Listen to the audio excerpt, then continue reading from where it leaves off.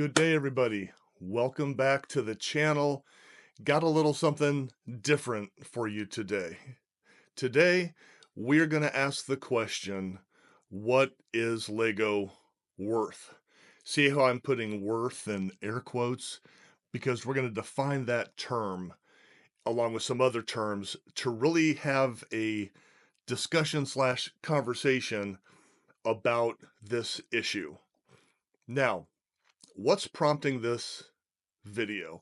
This one has been bubbling in my mind for a while now. As you can imagine, I'm a part of a couple of Lego groups on Facebook. Maybe you are too. Not all of them, because I just don't want my feed filled up with that all the time.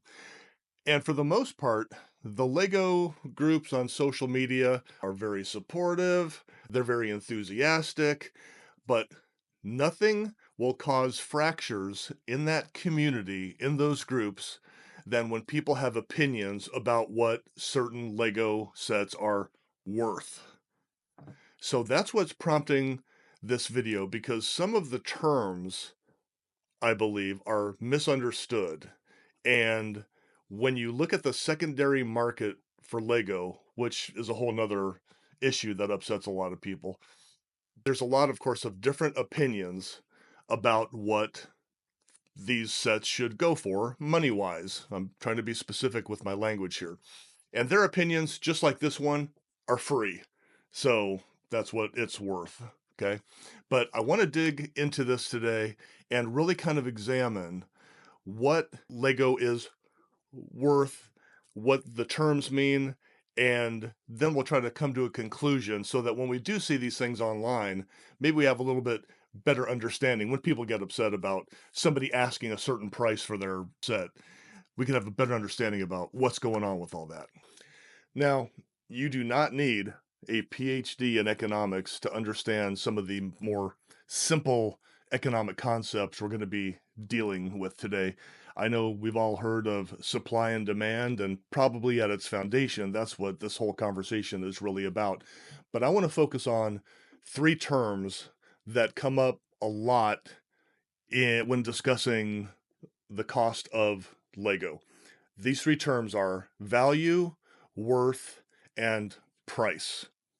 And I want to start off talking about price first. So, in our day-to-day lives, we think of price as the sticker on the shelf, the amount of money you have to hand over in order to purchase that product. And we don't even think about it. But what is really happening economic-wise behind the scenes with that? So, price, from this definition you can see right here, is actually when the quantity supplied equals the quantity demanded. I like to put it in more simple terms: what a seller is willing to sell at and what a buyer is willing to buy at. And when those two things meet, that's when you have price. Obviously, we don't do that on a daily basis because we don't have time for that. When you go into the grocery store and you see your golden corn can for 99 cents, that's what you're going to pay. There's no negotiation. However, again, what's happening behind the scenes is, oh, I am agreeing to pay that. So that's what they're willing to sell it to me for, and that's what I'm agreeing to buy it at. So this comes up in Lego a lot. Price is especially important because Lego recently has gotten fairly expensive. Although I've heard some analysis saying that really, if you take inflation into account over the past 10 years or whatever, it's really about the same. The price that you are agreeing to pay on Lego's website or whenever you go into a store and buy a Lego set. So, but price obviously affects the secondary market, which is what we're really concerned with today, because there's all sorts of reasons why Lego has a price that it has, that we agree to pay. Uh, their massive investment in intellectual property and getting the licenses for all the big, Star Wars, Indiana Jones, Marvel, all that stuff. And also all the factories that they have around the world. That's expensive. Labor is expensive. Shipping is expensive. So when you take all that into account, what they charge seems probably fairly reasonable. However, it does impact the secondary market. The next term I want to discuss is value. Now, this is a term that seems to be interchanged a lot with worth. So I really want to look at each one of those individually, because a lot of people say, "Oh, what do you value that at?" What they're saying is, "Well, what's that? What is that worth?" And they kind of use them interchangeably. So I want to go into each one. Value is a little tricky because value also includes your emotional feelings about whatever the product is. With Lego, how it applies to Lego. When I was a little kid, all we had were the blocks, and my parents would buy them for me, and it was great memories. I think all of us have great memories of playing with Lego as a kid. Now that I'm older and I have some more disposable income, now I can go hog wild. So I value Lego a lot, probably more than your average person who, when they look at a 57-year-old guy and are like, you first of all, they always want to say, you play with Lego? No, no, no. I build with Lego and I enjoy building Lego sets. So I put more value in it, whereas another person may not. Also, the value when it comes to individual Lego sets is important as well. Before my wife and I really got back into it, we missed out on the Monster Fighters haunted house. And we really wanted it. We love spooky themes. So we ended up, luckily, one was available on the secondary market. We paid secondary market prices for it. We're glad we did. We love the set. We really enjoy it. But we paid probably twice or three times what it was selling for originally on Lego website. So that's the value we put in. Value is going to change, especially when it comes to Lego, on a per person basis. Nobody is going to have a same value for each and every set. Now, worth has a distinction from value because we look at worth relative to what other similar products have sold for.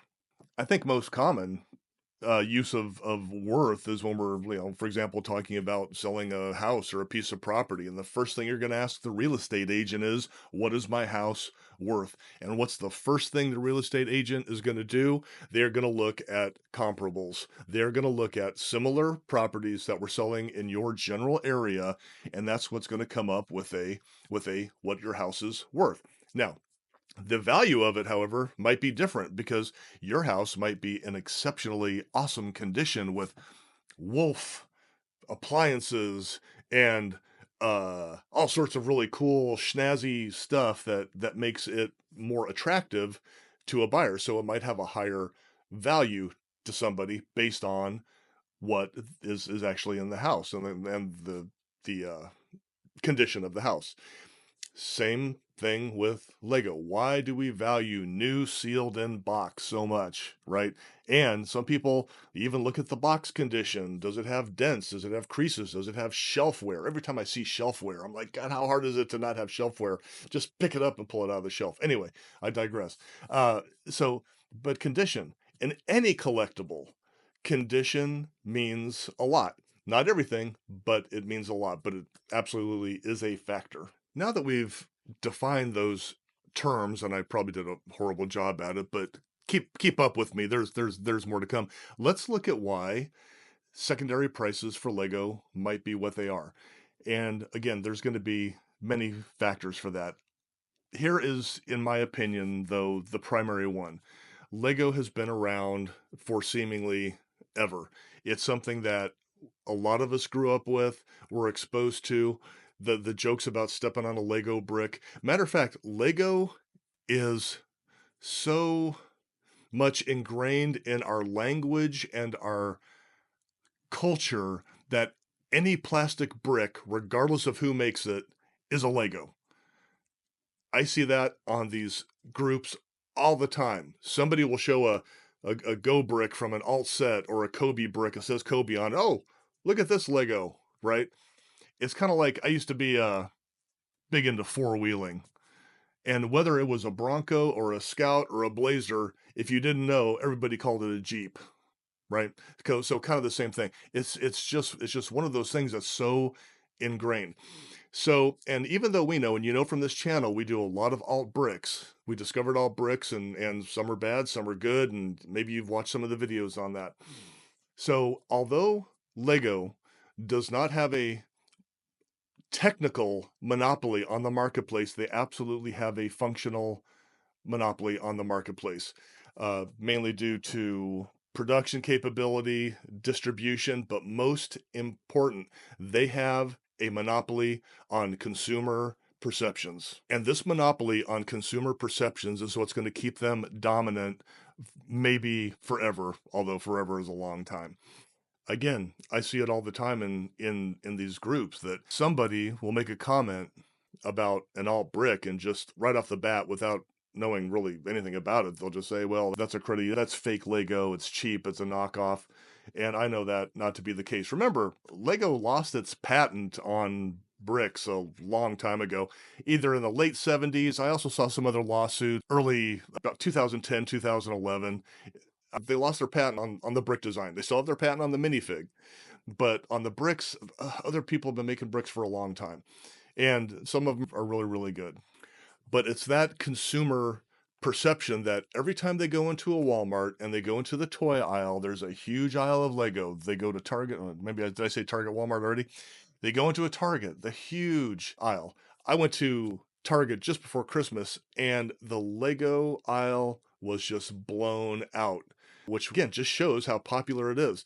So, in the mass consumer mindset, there is no alternative. They have to stick with Lego because that's all that they know exists. Also, in consumer perceptions, that Lego is a premium product, and I would agree. It is premium. I've said before, when you've watched me do builds on here, when I've been doing my analysis, is that, yeah, Gobricks is good, but it's still not quite up to Lego quality. Cobi bricks are very, very good, and they're very close also to Lego quality, but Lego is still, having built a lot of both, more premium, and in the consumer's mindset, it is also. Now, there seem to be some Lego sets that might fall into the category of what we call a Veblen good. Veblen goods are named after Thorstein Veblen, who actually coined the term conspicuous consumption. And what a Veblen good is that the demand actually goes up when the price increases. And it almost seems like we see that with some Lego sets. Not all Lego sets for sure, but it seems like the more expensive a 2003 Cloud City gets, the more people want it. So that definitely doesn't fall for all of Lego for sure, but there seem to be categories, and Lego actually creates these. For example, with their UCS sets that really are almost entering into a luxury good. I mean, let's face it, if you're a Lego connoisseur, if that $1,000 Death Star ends up being true, that's going to be like the ultimate Lego flex, right? Um, and again, something people are going to want that because it is an expensive thing. A Veblen good analysis usually just pertains to like really high end luxury goods, but it seems like Lego kind of creates that themselves with creating UCS sets that are quite expensive. So they're almost like they're trying to create that Acura, Honda, Lexus, Toyota kind of vibe going on. It's almost like UCS is like a different category, maybe more in the luxury kind of thing. And again, maybe it's the ultimate flex when you're going to get that $1,000 Death Star, if that actually ends up happening. The Chinese manufacturers, and I even hate to call them that, they did themselves no favors, especially with the Lepin back in the late 2000 teens, when they were just blatantly copying and got shut down by the Chinese government in 2019. I think the leader of it went to jail for, what was it, 3 or 6 years, something like that. But they did themselves no favors. They could have gone legit. A lot of the outbreak companies are going legit.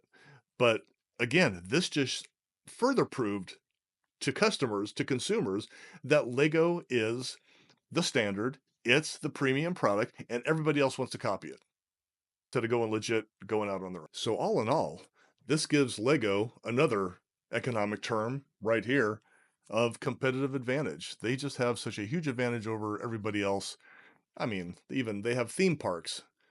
Do we really think there's going to be a Mould King land in the future where you ride something? I highly doubt it. But that's how ingrained Lego is, at least here in the United States and frankly worldwide. So again, kind of bringing it back around, when it comes to what is a particular Lego set worth, we also have to examine how it even happens in the first place. As you all know, I'm sure, Lego retires sets. Makes perfect sense. Ford is still not making 1978, Mustang 2s or whatever, okay? So turnover of product is completely acceptable.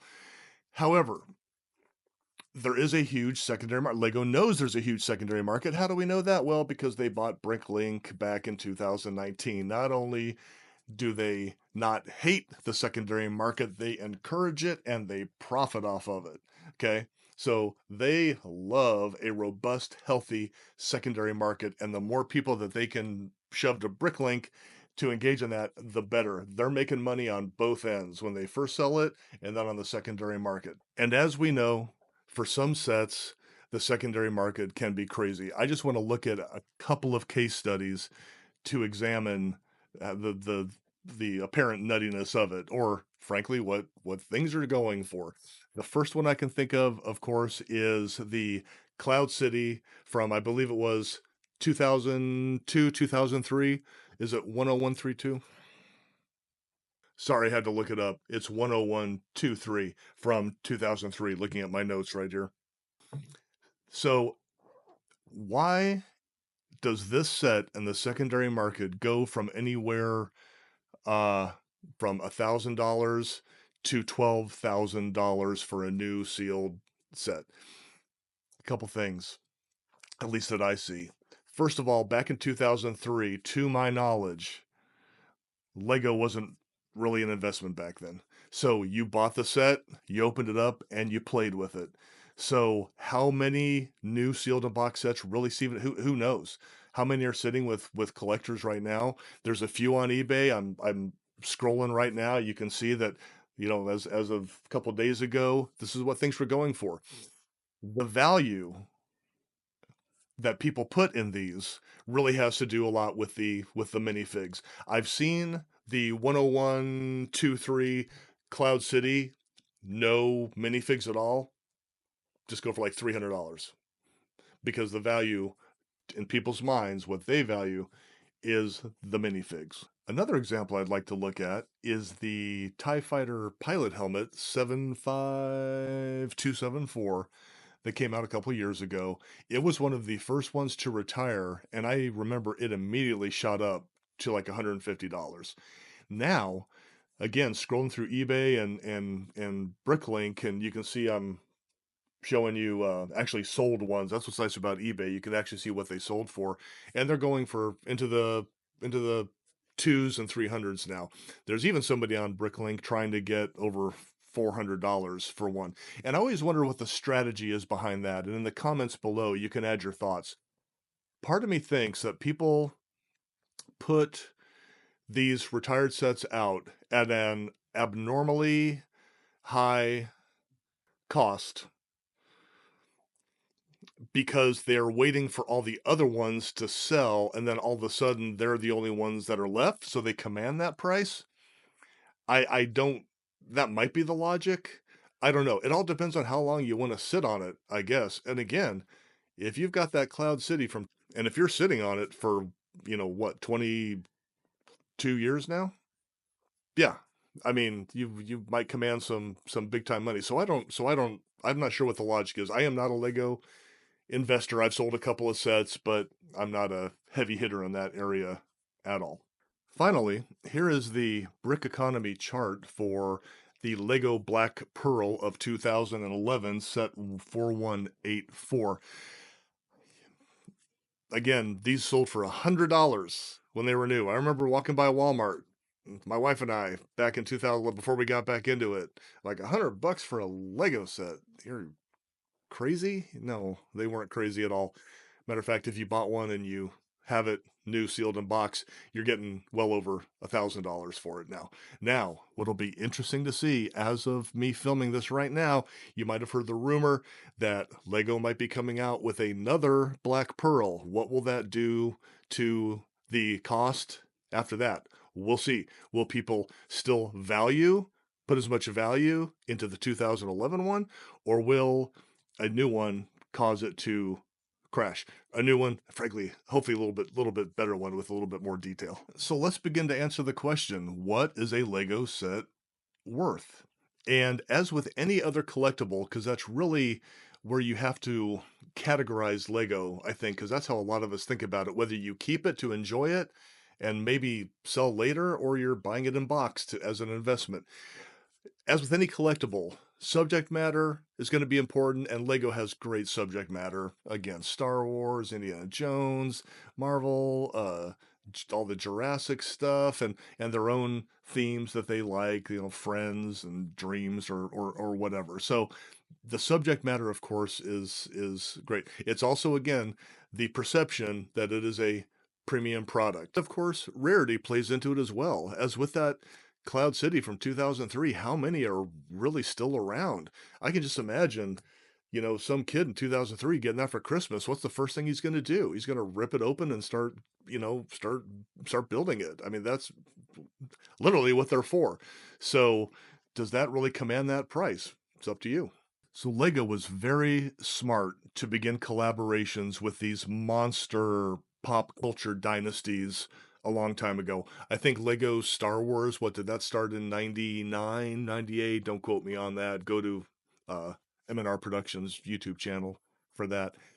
But they were so smart to get in on that and to just go away from just regular building blocks in order to provide us with the sets that we really want, that are really playable, and ultimately ended up being, again, built or still in box, good investments. So at the end of the day, what is any particular Lego set worth? It's whatever you value it as. You may not value, as I don't, $12,000 for that Cloud City. I don't value that much. Somebody else might. And that's not up to me to decide. That's up to them to decide. Again, I paid secondary prices for the Monster Fighters haunted house. I really wanted that thing. I value that highly. So it all depends on this. Looking, however, just like with a real estate agent, looking at the comparables is going to be your best bet to really figuring out what you should pay for a set. However, as we've seen, some of the costs that people are asking it's all over the place. That TIE Fighter pilot helmet is all over the place. So it's hard to really narrow it down. I mean, myself, I like to look at eBay and what is sold recently, or go to Brick Economy.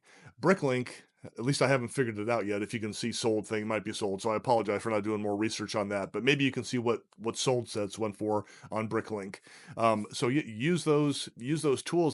So at the end of the day, you get to decide what it is worth to you, and it may not be worth it. So coming back full circle to when we're seeing people getting all mad at each other for somebody thinking that somebody else is charging too much, in my estimation, the proper thing to say is, well, that's not worth it to me. Instead of just putting it out there, that's not worth that.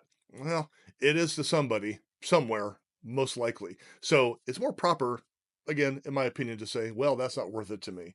And if you can get it, well, go for it. Try to get that price, Mr. Person who's selling a TIE Fighter pilot helmet for $450 or whatever. Go for it if you can get it. Another factor as well is the older a set becomes, the harder it is to find more available comparisons to really judge what you should be paying for something. That's why I think these Cloud Cities are they're really not all over the place. They're just expensive, and I'm seeing anywhere from $6,000 to $12,000 for new in box. And again, maybe the condition on the box has something to do with the different valuation. But for 12 grand, it better be perfect. So what are your thoughts on this? Are you one of the people that gets upset when somebody's asking too much for one? Are you like, man, just let it go? Get it if you can. I wish I had the money to get that. Where do you fall in this? I'm interested to see your comments below. At the end of the day, I really want that community to just kind of come together and be supportive, because this is a fun thing. This is not life or death. Lego is fun. I hate to see people get upset at each other when they're discussing what things cost. So I don't know. Maybe this is a unifying message. We'll see. Anyway, put your comments below. If you haven't already, speaking of a good economic decision, subscribing to this channel would be a great economic decision. You know why? It's free. It's free, and help us reach our personal goals as well. We're doing pretty good. I feel really good about it. Thank you very much. We got a lot of cool stuff coming up. We'll see you next time. Bye.